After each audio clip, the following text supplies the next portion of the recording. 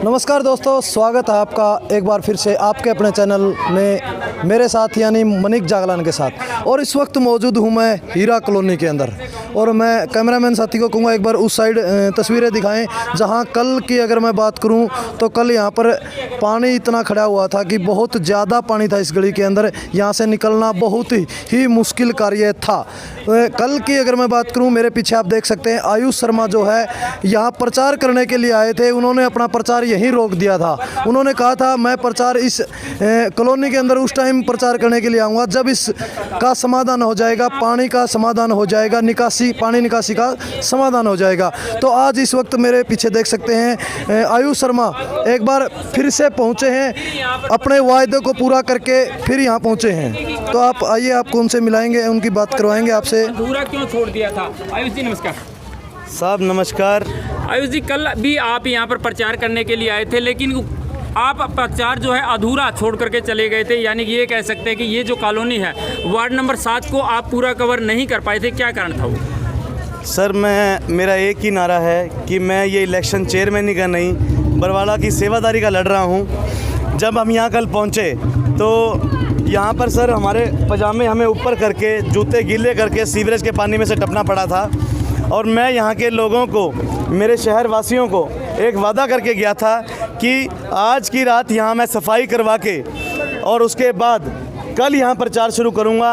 क्योंकि जो मेरे उद्देश्य हैं, जो मेरे मकसद हैं, वो अगर सामने ही मेरे गंदे पड़े हैं तो उसके अंदर रह के मैं अपना प्रचार करूँ। सर इस चीज़ के लिए मेरी आत्मा ने गवाही नहीं की। मैं वो प्रचार रोक के कल रात को यहाँ पे 10 से 6 की जो 10 बजे से 4 बजे की जो शिफ्ट थी सैनिटरी वालों की, अपना उनका जो गाड़ी आती है, वैक्यूम पंप आता है, वो यहाँ भिजवा कर रात को यहाँ सफाई हुई। आज आप देखिए, यहाँ के लोगों से पूछिए कि कल यहाँ पे क्या हाल था और आज यहाँ का पानी निकला या नहीं निकला। जी बिल्कुल, ये तो बिल्कुल साफ दिखाई दे रहा है कि कल यहाँ पर पानी था लेकिन आज नहीं है। लेकिन इस बात की क्या गारंटी है कि ये जो काम करवाया है ये आपके द्वारा ही करवाया गया है? साहब मैं इनको एक वादा करके गया था, पानी पिछले 3 दिनों से खड़ा था जी। और कल अगर इनको रात को मैं वादा करके गया हूँ और 10 बजे यहाँ गाड़ी पहुँच जाती है तो उसको मेरे को नहीं लगता कि मुझे प्रूव करना पड़ेगा कि काम मेरे थ्रू हुआ है। मैंने जाते ही जो सैनिटाइजेशन इंस्पेक्टर हैं यहाँ के, उन्हें PWD साहब के जेई साहब को जाते ही फ़ोन पे एक सूचना दी कि यहाँ भाई साहब बहुत बुरा हाल है और मच्छरों के द्वारा बीमारियाँ भी इतनी हो जाएंगी कि जिससे यहाँ के शहर वासियों को, कॉलोनी वासियों को दिक्कत आ सकती है। तो इसका जल्द से जल्द आप कार्य करवाएं। और मुझे पता लगा कि रात को ही जय साहब ने यहाँ गाड़ी भेज के काम करवाया और आज मैं यहाँ दोबारा अपना प्रचार यहीं से स्टार्ट कर रहा हूँ। और अब हीरा कॉलोनी जो है हम प्रचार करेंगे क्योंकि हमें दिख रहा है इसको और सुधारेंगे जब हम खुद उस नगर पालिका में बैठेंगे। जितना अब हमारे से वोटों से पहले होगा, हम साथ साथ भी कार्य करवाते चल रहे हैं सर। नहीं, आपको क्या लगता है कि ये जो इतना ओवरफ्लो वाला जो सिस्टम हुआ है उसकी अगर मैं बात करूं, पूर्व में जो MC रहे हैं उनके द्वारा किसी भी प्रकार का ध्यान नहीं दिया गया? साहब अगर दिया गया होता तो 3-3 दिन के लिए यहाँ पानी खड़ा ना होता। यानी कि आप मानते हैं कि वो दोषी है? साहब दोषी का करार मैं तो नहीं दे सकता, मैं तो एक व्याख्या कर सकता हूँ उनके लिए। और मुझे नहीं लगता कि अगर आप सेवा का टेंडर उठा रहे हैं किसी शहर का, किसी वार्ड का, तो वहाँ 3-3 दिन तक और घुटने पानी, वो भी सीवरेज का खड़ा रहे, तो ये तो सर कोई उचित बात नहीं है। अच्छा, चुनाव प्रचार की अगर बात करें तो वो किस प्रकार से चल रहा है? सब चुनाव प्रचार बहुत अच्छे चल रहा है। मेरी माताओं का, मेरी बहनों का बहुत आशीर्वाद मिल रहा है। उसी के साथ साथ मेरे बुज़ुर्गों का आशीर्वाद, मेरे युवा साथियों का साथ बहुत अच्छे तरीके से जहाँ भी हम पहुँच रहे हैं उनकी समस्याएं सुन रहे हैं और डायरी में लिख भी रहे हैं, ताकि 22 तारीख को विजय प्राप्ति के बाद हम जो कार्य शुरू करना है उसके लिए हमें दोबारा बरवाला का सर्वे करने की ज़रूरत नहीं है। हम डोर टू डोर का जो मेन मकसद है वो यही है कि गली गली, मोहल्ले मोहल्ले पहुँच उनकी समस्या सुने और जैसे ही जनता जनार्दन के आशीर्वाद के साथ सेवादार का जब मुझे हक मिल जाएगा, एक पद मिल जाएगा, उसके बाद साथ साथ हम अपना कार्य जल्द से जल्द शुरू कर सकें। आयुष जी, जिस तरह आपने बताया कि कल आपने यहाँ आने के बाद प्रचार रोक दिया था और इस कॉलोनी के जो हालात आपने देखे उसके ऊपर आपने जो कार्य करवाया है, बरवाड़ा की अगर मैं बात करूँ, हर सड़क टूटी हुई है और मैं सीवरेज व्यवस्था की बात करूँ, सीवरेज व्यवस्था भी बिल्कुल ख़राब है। तो पूरे बरवाड़ा की जो जनता है वो भी ये उम्मीद में बैठी कि कोई इसका काम करवाएगा, उसके ऊपर आपका क्या एक्शन रहेगा? साहब, इलेक्शन जीतने के बाद तो हम एक एक गली का काम करवाएंगे ही करवाएंगे। उसके साथ साथ हमारी कैंपेनिंग के दौरान जो भी समस्याएं ऐसी हैं जिसके लिए मुझे चेयरमैन पद की पावर का ज़रूरत नहीं है, मैं अपने खुद के लेवल पे करवा सकता हूं, उसे हम इलेक्शन से पहले भी करवाएंगे। क्योंकि मैं बार बार एक ही बात कह रहा हूं कि मुझे चेयरमैन के लिए वोट ना दें, अपने बेटे को, अपनी भाई को बरवाले का सेवादार बना के एक पद प्रयास करें। आयुष जी, अगर मैं बात करूं दावों की, वादों की, यहाँ से पहले विधायक भी रह चुके हैं, या फिर मैं एमसी की बात करूं या फिर चेयरमैन की बात करूं, उन्होंने भी बड़े बड़े वादे किए थे। आज आपने प्रेस कॉन्फ्रेंस करके एक वादों की बहुत लंबी लिस्ट आज प्रेस कॉन्फ्रेंस में आपने बताई, क्या वो पूरे हो पाएंगे जब आप चेयरमैन बन के इस बरवाड़ा के अंदर अपना कार्यकाल संभालेंगे? साहब, मैं बड़े बड़े वादे नहीं कर रहा। आपने कहा कि बड़े बड़े वादे किए, अगर आपको मेरे वादे बहुत बड़े लगे तो मुझे ऐसा नहीं लगता कि मेरे वादे इतने बड़े थे। वो वादे उतने ही थे जितने मैं पूरे कर पाऊँगा। उसके बाद मेरी जनता जनार्दन अगर मुझे यहाँ से जिता के भेजती है, बस के निशान के सामने वाला बटन दबा के उस एकता की बस में, उस भाईचारे की बस में सवार होंगे मेरे शहरवासी, तो मैं दावा ठोकता हूँ कि एक बार बस में बिठाना मेरा काम, उसके बाद उस बस में से उतरने का किसी भी शहरवासी का दिल ही नहीं करेगा। क्या सीटर बस ले रहे हो? साहब, मेरे पास बस की जो सीटें हैं उसकी मैं गिनती नहीं कर पाऊंगा। हाँ, इतनी गिनती ज़रूर है जिस प्रकार आप अपना जो दिल है, वो दिल का जो हकीकत का साइज़ है वो इतना है, लेकिन लोग कहते हैं दिल बहुत बड़ा है, इसमें बहुत लोग राज करते हैं। इसी प्रकार हमारी बस का जो साइज़ है, बंद कराओ, हमारी बस का जो साइज़ है वो भी बहुत बड़ा है। उसमें मेरे एक एक शहर का वासी मेरे साथ सवार होगा।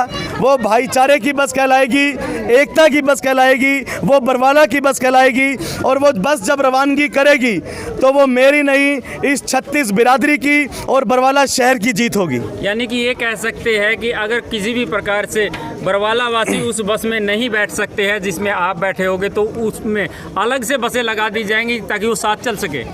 साहब, मैं कह रहा हूँ कि एक ही बस में पूरा बरवाला सवार होगा।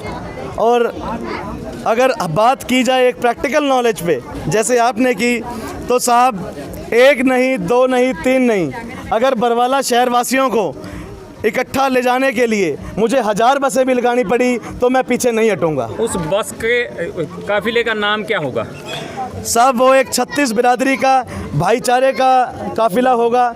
और जिस भाईचारे ने, जिस माताओं बहनों के आशीर्वाद ने मुझे आगे बढ़ाया है, वो एक 36 बिरादरी का काफिला कहलाएगा।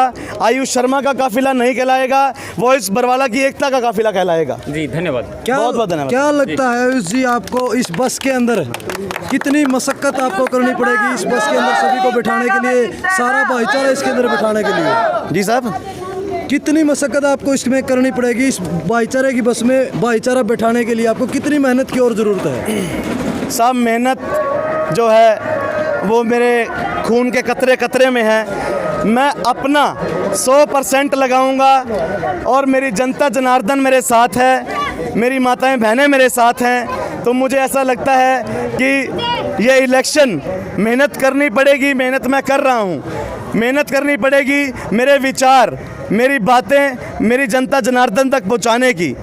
वो पहुँचाने के बाद भी मैं यही अपील करूँगा कि ये मतदान है, आपकी आत्मा का दान है। विचार सुनिए, आपकी आत्मा गवाही दे तो हमारे साथ हमारी बस में सवार होना, नहीं तो जैसे आपकी आत्मा गवाही दे आप वैसे चलना। लेकिन सिर्फ एक अपील है कि मेरे विचार सुनो। मैं वादा करता हूँ कि जो मेरी सच्चाई, जो मेरी शिक्षा, जिस एक्सपीरियंस से मैं चल रहा हूँ, हर एक व्यक्ति को मेरे विचार जो हैं वो पसंद आएंगे और सभी इस भाईचारे की बस में सवार होंगे, इस एकता की बस में सवार होंगे, इस बरवाला की बस में सवार होंगे। जी धन्यवाद। कि आखिर यहाँ पर जिस समस्या का समाधान हुआ है वो किसके द्वारा करवाया गया है, कुछ बुजुर्ग यहाँ पर बैठे हैं, उनसे बातचीत करते हैं। राम राम जी। राम राम। कल और परसों यहाँ पर देखा गया था कि जो गंगा यहाँ पर बह रही थी, गंदी नदी जिसे कह सकते हैं, वो बह रही थी, उसका समाधान करवाया गया है कल।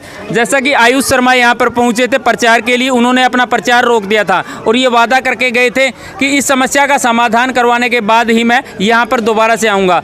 आज यहाँ पर दोबारा से आए, समस्या का समाधान करवाया गया है। आप क्या मानते हैं, ये आयुष शर्मा के द्वारा जो है करवाया? करवाया गया। आयुष शर्मा ने करवाया है। हाँ जी। जी। तो चलिए और साथियों से भी बातचीत करेंगे और जानेंगे कि आखिर इस प्रकार की जो समस्याएं होती है, इन समस्याओं का समाधान जो किसी प्रत्याशी के द्वारा करवाया जाता है, तो उस समस्या का समाधान करवाने के बदले वो लोग, वो वार्ड के लोग उनसे किस प्रकार की आगे से अपील करेंगे और किस प्रकार से उनका समर्थन करेंगे।